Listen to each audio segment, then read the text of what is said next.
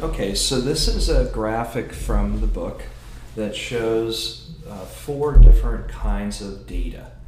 It shows knee angles, power, moments here, power, and EMG. And what this short description is how to use the different pieces of information to make deductions about what mechanics are occurring during gait. So basically, you'll have to apply this logic to abnormal patterns, and so that'll come next. And so it's important that you can make the connections when these graphs aren't normal. So first, you need to kind of memorize what happens in normal gait, and then try to use the information you get from abnormal patterns to see what's happening in terms of muscle function. So the key thing to remember is that the angle patterns aren't determining what muscles are and aren't active. You get information from what's controlling the moment, or the kinematics or angles, from the moment data, the power, and the EMG data. So all the information on muscle function is in the kinetic and EMG data. It's not in the kinematics.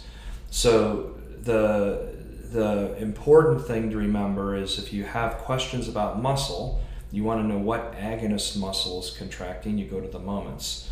If you want to know if the contraction is eccentric or concentric, you're going to the powers. And then if you want to know to what degree there's co-contraction, or if it's just a single agonist contraction, you go to the EMG.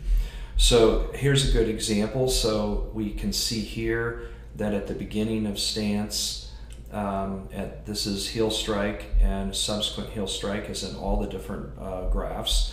We can see that this initial phase of this kind of smooth knee flexion that's occurring, if we look at the moment data, it's interesting because basically if we draw a line down from that peak, what we can see is the agonist at the beginning of the landing or the initial contact phase is the flexors. So the flexors are positive here, and the extensors are negative. We can see that the flexors are initially the agonist, and then it switches to the extensors, which is not intuitive. We would have thought perhaps that it was all the extensors from initial contact.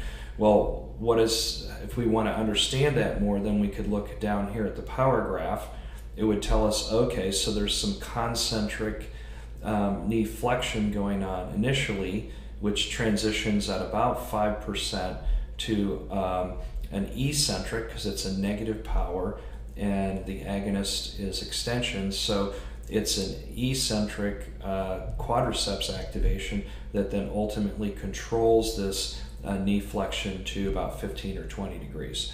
And so that's good. So we can kind of understand now what the key function is the agonist is eccentrically contracting or controlling this knee flexion. Now the last question we'd have is what muscles are underlying that? Is that a purely agonist contraction, or is that the combination of is there a co-contraction that's connected to that?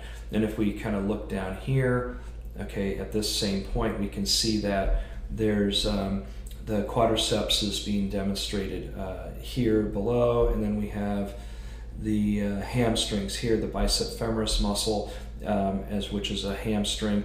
And we can see here is that there's still a pretty significant hamstring contraction that's contracting with the quadricep muscle or the vasti muscles. And so even though the agonist is the quadriceps that's eccentrically contracting, it's also overcoming some element of co-contraction. Okay, so as you go through the different gait graphs, that's the skill that you have to apply. And in summary, the angles are the effect of the kinetics, and the muscle function comes from the kinetics, where the agonist is determined by the moment data. Whether it's an eccentric or concentric contraction comes from the power data, and whether there's a single agonist muscle group acting or there's a co-contraction comes from the EMG data.